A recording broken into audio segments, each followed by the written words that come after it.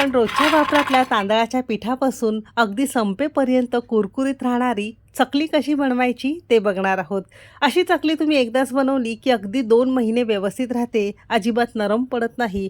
भरपूर टिप्ससह रेसिपी मी तुमच्यासोबत शेअर केलेली आहे, म्हणून ती अगदी शेवटपर्यंत नक्की बघा। चला तर मग वेळ न घालवता रेसिपीला सुरुवात करूया। तांदळाच्या पिठाची कुरकुरीत चकली बनवण्यासाठी घेतलेली सगळी जिन्नस घरातल्या एखाद्या वाटी किंवा कपाच्या प्रमाणाने मोजून घ्यायचं आहे। सगळ्यात पहिल्यांदा मेजरिंग कपने 1 कप आणि 200 ग्राम प्रमाणात इथे आपण भाजलेली डाळ ज्याला म्हणतात किंवा फुटाण्याची डाळ म्हणतात ना, ते घेतलेलं आहे। कोणत्याही किराणा स्टोअरमध्ये अगदी तुम्हाला सहज उपलब्ध होईल। घरातल्या कोणत्याही एखाद्या वाटीच्या प्रमाणाने घेतलेली जिन्नस मोजून घेणं गरजेचं आहे। पुन्हा तुम्हाला एकदा सांगते। आता काय करायचं, याला थोडासा मॉइश्चर किंवा थोडासा ओलावा असतो, म्हणून एखाद्या कढई चांगली गरम करून घ्यायची आणि त्यामध्ये फक्त 2 ते 3 मिनिटं मोठ्या आचेवर रंग न बदलता न करपता मात्र यातला नरमपणा किंवा मॉइश्चरपणा थोडासा काढून टाकायचा आहे आणि हलकंसं आपल्याला हे भाजून घ्यायचं आहे, म्हणजे हे छान कुरकुरीत होतं। एक तर मिक्सरला चांगली बारीक पावडर होते, चकली कुरकुरीत होते आणि तुमची चकलीची सेल्फ फ्राई पाडायला मदत होते। म्हणून थोडंसं म्हणजे 2 मिनिटं भाजून घेतलेलं आहे। संपूर्ण थंड झालं की मिक्सरच्या स्वच्छ कोरड्या भांड्यामध्ये काढून घेतलेलं आहे आणि छान बारीक पावडर करून घेतलेली आहे। आता ही पावडर आपल्याला चाळणीने चाळून घेणं गरजेचं आहे, कारण कधी कधी काय होतं, याला टरफलं असतात किंवा थोडेसे छोटे मोठे कचरा वगैरे असतो, डाळीचे कण राहिलेले असतात। असं थोडंसं चाळून घेतलं की अगदी फाईन तुम्हाला हे पीठ तयार मिळतं। तर असं हे भाजल्या डाळीचं पीठ तुमचं तयार झालेलं आहे, असं चाळून घेणं खूप जास्त महत्त्वाचं आहे। पीठ संपूर्ण चाळून घेतलंय, असा थोडासा कचरा राहिलेला असतो, तो आपल्याला टाकून द्यायचा आहे। डाळीचं पीठ असं चांगलं बारीक करून घेतलेलं आहे आणि चकली बनवण्यासाठी महत्त्वाचं इन्ग्रेडियंट्स तुमचं तयार झालेलं आहे। दुसरी आणि महत्त्वाची गोष्ट, बऱ्याच जणांचे प्रश्न असतात, तांदळाच्या पिठाची चकली बनवायची आहे तर तांदळाचं पीठ तयार कसं करायचं। थोडक्यात सांगते, घरातला कोणताही एखादा जुना तांदूळ घ्यायचा आहे। तुम्ही अगदी रेशनिंगचा तांदूळ घेतला तरी सुद्धा चालू शकेल, पण तो तांदूळ जुना असावा, ज्याचा भात केल्यानंतर छान सुटसुटीत मोकळा होतो, असा जुना तांदूळ तुम्हाला घ्यायचा आहे। 2 पाण्याने स्वच्छ धुवून घेतलेला आहे, पातळ कॉटनच्या कापडावर पसरून घातलेला आहे। अर्धा पाऊण तासासाठी थोडंसं कोरडं करून घेतलंय आणि गिरणीहून जसं भाकरीचं पीठ कसं दळून आणतो, अगदी तसंच पीठ आपल्याला हे दळून आणायचं आहे आणि दळून आणल्यानंतर पिठाच्या चाळणीने आपल्याला स्वच्छ चाळून हे पीठ वापरायला घ्यायचं आहे। असं हे तुमचं चकलीचं पीठ तयार झालेलं आहे। सेम कपने 4 कप आणि वजनी म्हणाल तर साधारणतः 600 ग्राम प्रमाणात आपण हे तांदूळाचं पीठ घेतलेलं आहे। रेडीमेड पीठ वापरलं तरी सुद्धा चालू शकेल, कारण मागच्या वर्षी मी रेडीमेड पिठाची चकली केलेली होती, ती सुद्धा छान झालेली होती। पण खात्रीच्या दुकानातून हे पीठ तुम्हाला घ्यायचं आहे। तर या कपाने 4 कप तांदूळाचं पीठ घेतलेलं आहे। सोबतच यामध्ये अर्धा चमचा काश्मीरी मिरची पावडर घातलेली आहे। तुम्ही रोजच्या वापरातलं तिखट वापरलं तरी सुद्धा चालू शकेल। अगदी पाव चमचा हळद घ्यायची आहे। हळद खूप जास्त घालायची नाही, नाहीतर चकली थोडीशी काळपट किंवा करपल्यासारख्या रंगाची येते। अर्धा चमचा धने जिरे पूड घेतलेली आहे आणि अगदी चिमूटभर यामध्ये आपण हिंग पूड घेतलेली आहे। सोबतच 1-2 चमचे पांढरे तीळ घेतलेले आहेत आणि अगदी अर्धा चमचा आपण इथे ओवा घेतलेला आहे। चवीपुरतं घ्यायचं आहे मीठ, तुम्ही तुमच्या चवीनुसार यामध्ये मीठ घेऊ शकता। घातलेली सगळी जिन्नस तुम्ही तुमच्या आवश्यकतेनुसार कमी अधिक करू शकता। फक्त तीळ जास्त वापरायचं नाही, नाहीतर तेलामध्ये चकली घातल्यानंतर तेलामध्ये सगळे तीळ पसरतात, म्हणून कमीत कमी तीळ घालून आपल्याला ही चकली तयार करायची आहे। ज्या कपने बाकीची जिन्नस मोजून घेतलेली होती, अगदी त्याच कपने अर्धा कप रोजच्या वापरातलं तेल घेतलेलं आहे आणि वजनी म्हणाल तर साधारणतः 150 ते 200 ml घेतलेलं आहे। चकली छान कुरकुरीत होण्यासाठी आपल्याला कडकडीत तेलाचं मोहन करायचं आहे। त्यासाठी फोडणी पात्रात अर्धा कप तेल काढून घेतलेलं आहे आणि मोठ्या आचेवर तेल छान कडकडीत धूर येईपर्यंत आपल्याला गरम करून घ्यायचं आहे। हे कडकडीत तेलाचं मोहन पिठावर घालायचं आहे। तेल जास्त कडकडीत गरम असल्यामुळे पटकन हात घालायचं नाही, चमचाने वगैरे आपल्याला थोडंसं पिठामध्ये हे छान एकजीव करून घ्यायचं आहे। आता बऱ्याच जणांच्या तक्रारी असतात, ते तेल साधं वापरतात, त्याने सुरुवातीला चकली तुमची कुरकुरीत राहते, पण कालांतराने ती चकली पटकन नरम होते। म्हणून तेलाचं छान कडकडीत मोहन आपल्याला यामध्ये घालणं गरजेचं आहे। थोडंसं कोमट झालं की हाताने पीठ मस्त चोळून घेणार आहोत, म्हणजे पिठाच्या प्रत्येक कणाकणाला असं तेल चांगलं लागलं पाहिजे। त्याने चकली तुमची छान खुसखुशीत किंवा कुरकुरीत तयार होते। 2 मिनिटं छान चोळून घेतलं की पिठाचा हा छान मुटखा होतोय, म्हणजे पीठ तुमचं मस्त चोळून तयार झालेलं आहे। पिठाला चिकटपणा कमी असतो तुम्हाला तर माहीतच आहे, म्हणून इथे आपण गरम पाण्यामध्ये हे पीठ मळून घेणार आहोत। त्यासाठी एका भांड्यामध्ये गॅसवर साधारणतः 2.5 कप आपण पाणी गरम करत ठेवलेलं आहे।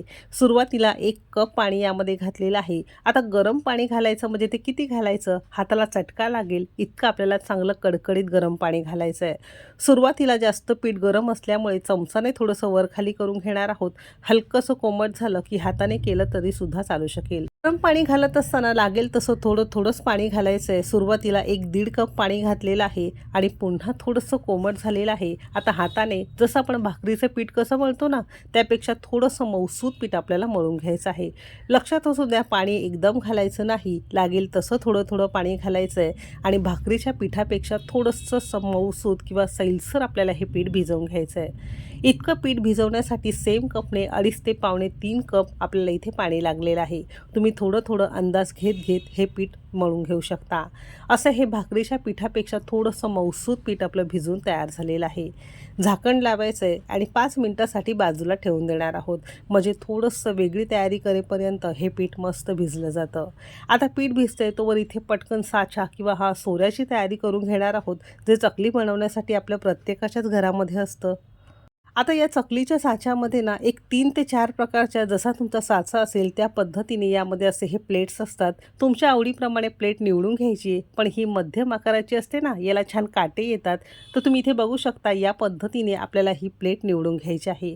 असं तुमच्या चकलीच्या साच्याला व्यवस्थित सेट करून घ्यायचं आहे आणि आतून थोडंसं तेल वगैरे लावून घ्यायचं आहे। आता ही सगळी तयारी होईपर्यंत साधारणतः 5-6 मिनिटं झालेली आहे। पीठसुद्धा हलकंसं इथे भिजून तयार आहे। आता हे चकलीचं पीठ खूप जास्त भिजत ठेवायची गरज लागत नाही, जास्तीत जास्त 10-15 मिनिटं तुम्हाला ठेवायचं आहे। थोडासा गोळा काढून घ्यायचा आहे। जर पीठ जास्त घट्ट वाटत असेल तर थोडंसं पाण्याचा हबकारा मारायचा आहे आणि पीठ छान मऊसूत करून असं हे लांब आकारामध्ये आपल्याला करून घ्यायचं आहे। असं हे झालेलं आहे। पुन्हा झाकण लावून हे पीठ ठेवायचं आहे, नाही तर पीठ पटकन कडक होतं। साचामध्ये असं हे पीठ घालून घेतलेलं आहे। आता घालताना चांगलं दाबून व्यवस्थित भरायचं आहे, जितकं बसेल तितकंच घालायचं आहे आणि वरून असं हे बंद करून घ्यायचं आहे। अगदी घट्ट व्यवस्थित झालं की तुम्हाला चकली अगदी सोयीस्करपणे घालता येणार आहे। अशी ही आपली तयारी झालेली आहे। आता पहिल्या पद्धतीत जसं आपण नॉर्मली पारंपरिक पद्धतीत ताटावर वगैरे चकली घालतो ना, तशी तुम्हाला जमत असेल तर तशी करू शकता। पण पहिल्यांदा चकली बनवताय किंवा चकली घालताना ती उचलली जात नाही, तुम्हाला असं वाटत असेल तर आणखीन एका पद्धतीत चकली कशी घालायची ते दाखवणार आहे, म्हणजे अगदी एकसारख्या चकल्या तुम्हाला घालता येतील। तत्पूर्वी बघू शकता अजिबात चकली आपण इतकी व्यवस्थित आणि वरून घालून सुद्धा अजिबात याचे तुकडे पडत नाही। जर चकलीचे तुकडे पडत असेल तर थोडासा पाण्याचा हबकारा घालून पीठ थोडंसं मऊ करून घ्यायचं आहे आणि नंतर तुम्हाला चकली घालायची आहे। गरम पाणी घालून पीठ चांगले भिजवून घेतल्यामुळे त्याला थोडा चिकटपणा येतो। मऊसूत पीठ करून घेतल्यामुळे चकलीचे घालताना तुकडे पडत नाही, म्हणून या पद्धतीने आपल्याला हे चकलीची सगळी तयारी करून घ्यायची आहे। या पद्धतीने करू शकता किंवा घरामध्ये एकसारख्या अशा प्लेट्स असतात ना, यावर सुद्धा तुम्ही चकली घालू शकता, म्हणजे अगदी काढतानाही तुम्हाला सोयीस्कर होईल आणि अगदी कॉन्फिडन्सपणे तुम्हाला ही चकली तयार करता येणार आहे। हवं असेल तर प्लेट्सला थोडंसं तेल वगैरे लावून घेतलं तरी सुद्धा चालू शकेल आणि या पद्धतीने अगदी कॉन्फिडन्सने तुम्हाला ही चकली घालायची आहे। चकली घालताना अगदी बिंदासपणे घालायची आहे, अजिबात थांबायचं नाही। जर सोऱ्यामध्ये चकली घालताना थांबाल तर चकलीचे तुकडे पडतात, म्हणून एकसारखं एकसंध आपल्याला ही मस्त चकली घालायची आहे। या पद्धतीने घातलं की एकसारख्या एका आकाराच्या छान चकल्या तुमच्या तयार होतात आणि चकली काढताना ही अगदी सोयीस्कर होतं। सगळ्या चकल्या अशा एकदम करून घेतल्या तरी सुद्धा चालू शकेल किंवा तळता थोड्या चकल्या घालून तुम्ही अशा तयार करू शकता। काही चकल्या करून घेतलेल्या आहे, आपण याला छान आता तळून घेणार आहोत। चकलीसाठी कढईमध्ये छान कडकडीत धूर येईपर्यंत मोठ्या आचेवर 5 मिनिटं आपण तेल छान गरम करून घेतलेलं आहे।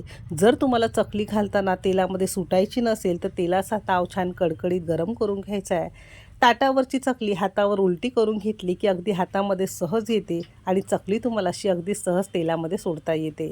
बघू शकता याच पद्धतीने तुम्ही जर पहिल्यांदा चकली घालत असाल तर या पद्धतीने नक्की करून बघा, अगदी सोयीस्कर आहे। आणि हाताला जर चटका वगैरे लागण्याची भीती वाटत असेल तर जो झारा असतो ना, त्या झाऱ्याने तुम्हाला चकली यामध्ये सोडायची आहे, तरीसुद्धा हाताला चटका लागत नाही।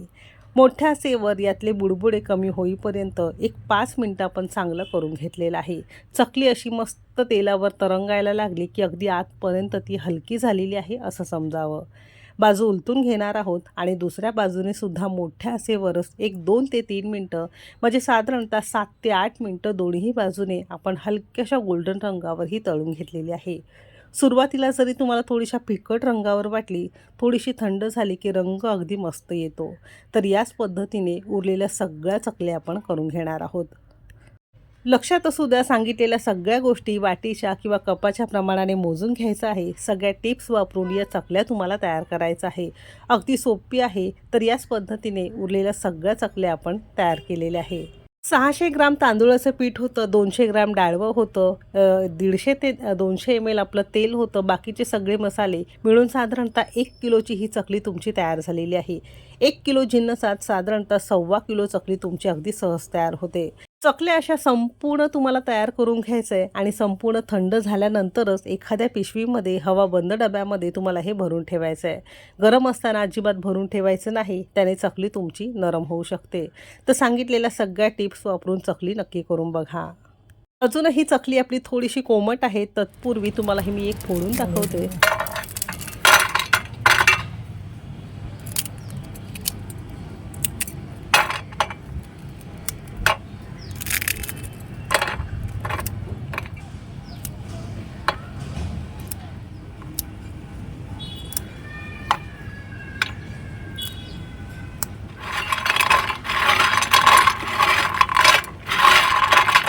संपेपर्यंत कुरकुरीत राहणारी, झटपट होणारी आणि दिवाळीसाठी अशी ही रोजच्या वापराच्या तांदूळाच्या पिठापासून चकली नक्की करून बघा. रेसिपी आवडली असेल तर एक लाईक नक्की करा. चॅनेलवर नवीन असाल सबस्क्राईब करा. रेसिपी कोणत्या शहरातून बघताय ते सुद्धा नक्की सांगा. चला तर मग भेटू एक मस्त आणि जबरदस्त रेसिपीसोबत. तोपर्यंत मस्त खा आणि स्वस्त रहा.